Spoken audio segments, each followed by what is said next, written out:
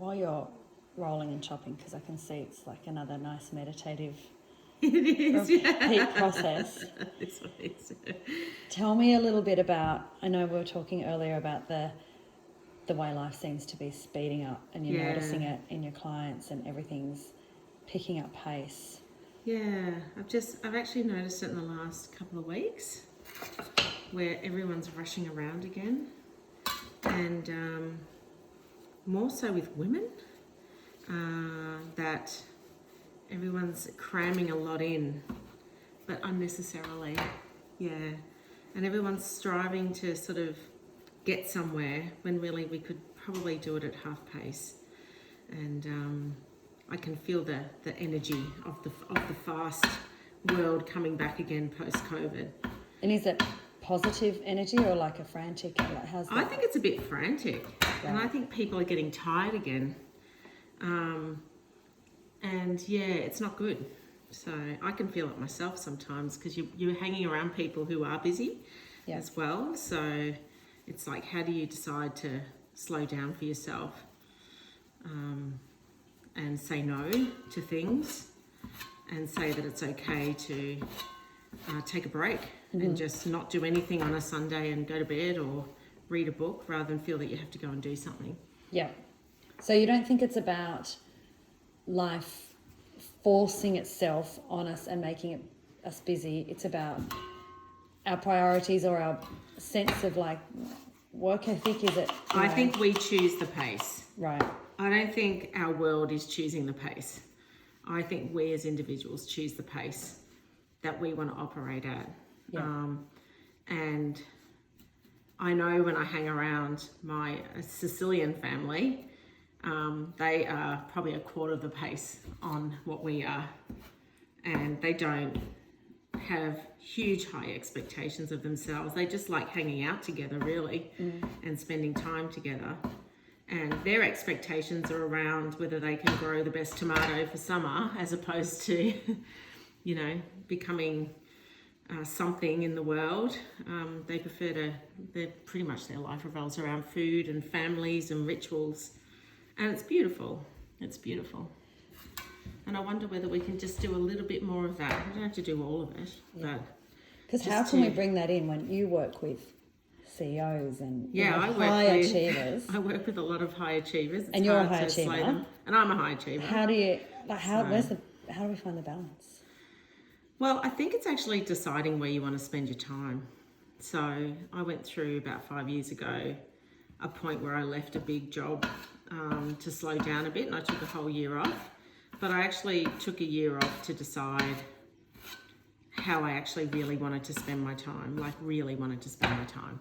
Yeah, and what sort of contribution I still wanted to make in the world. But it's taken me a good 3-4 years to operate at half pace, and people probably still think that I operate at full pace, but I don't. There are moments that I do. But it's more around making the personal choice about what you want to do and where you want to spend your time. And once you get that nailed, then you probably have to drop your diary by about 50%. And for a while, you don't know what you're doing with yourself, really. You feel a bit lost, and then you start to realize that there's a lot you can do in that 50%. That's really satisfying. So I was working with a woman yesterday and helping her, and I remember, and it's something that I've chosen to do in terms of where I want to spend my time and who I want to help.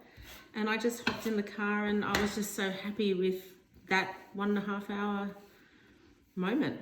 And that was it for me for the day. Yeah, which was so good. There we go. It's hard, isn't it, to think of... It's really hard. Because I feel like sometimes we make being busy, we turn it into something that we think is ethical.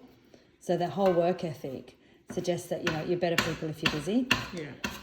And I don't think it's the case, but we judge slowing down or doing nothing, in inverted commas, as laziness. Yeah, versus... it's not. It's rejuvenation. Yeah. And it's actually spending much more quality time for yourself, like actually looking after yourself, and for the most important people in your life. And I still struggle with that because I like to please people. I do struggle with that sometimes. And I know when I'm pleasing because my diary's too busy and there's too many functions on, and then I've got to scale it back. Yeah. And I don't want to miss out on anything. I want to live a really full life and a happy life. But if you go too far, then you become pretty frazzled and unhappy. Yeah. And unwell. Yeah. So, and I've been there. I know what that feels like. It's not a good place to be. And it usually happens to people without them realising it. So they blindly go down that, they blindly get to that situation for themselves, and then something really major happens, and then they're forced to stop. So it takes like a life event to shock you out of the same pattern that you've been in.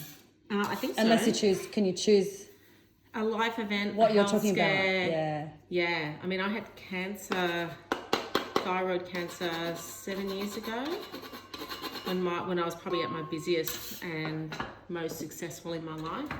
And 2 years on from that diagnosis, I was sitting in these big meetings deciding, what am I doing here? So that was my moment. Wow. And I stopped. I just gave it all away.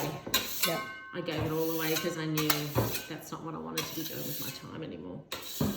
So would you say Villagio is about helping women get to that point without the crisis? Yeah, so it's helping women to slow down now before it happens to them. Yeah. Because I see it happening with women all the time because I'm working with them. Yeah. So, yeah. You've watched it happen with me. It's happened to me. I see the signs with everyone. You see the build up and then the crescendo and then and then, and then you kind of want to dive in and help everyone, but you can't. Yeah. So Villagio is about maybe if I can just put it out there to a broader audience, because I can't help every single person. And offer alternatives now that help you along the way without having to, you don't have to quit your job and move to the country or something. No, much as that we'd all most like people to. don't want to do that. Well, I do, but yeah. Yeah, some people get to the country and decide it's not for them, so that obviously wasn't the right path. For me, it's not the right path for the moment, but yeah, I'd love to do it one day. So Villagio is a bit about that for sure. Yeah. Yeah, but I went on that journey 5 years ago, so did I not tell you that story? No, you've never told me. Oh, yeah, I had cancer. Oh. I took a new headshot for work. Sorry, do you want me to stop filming? Yeah.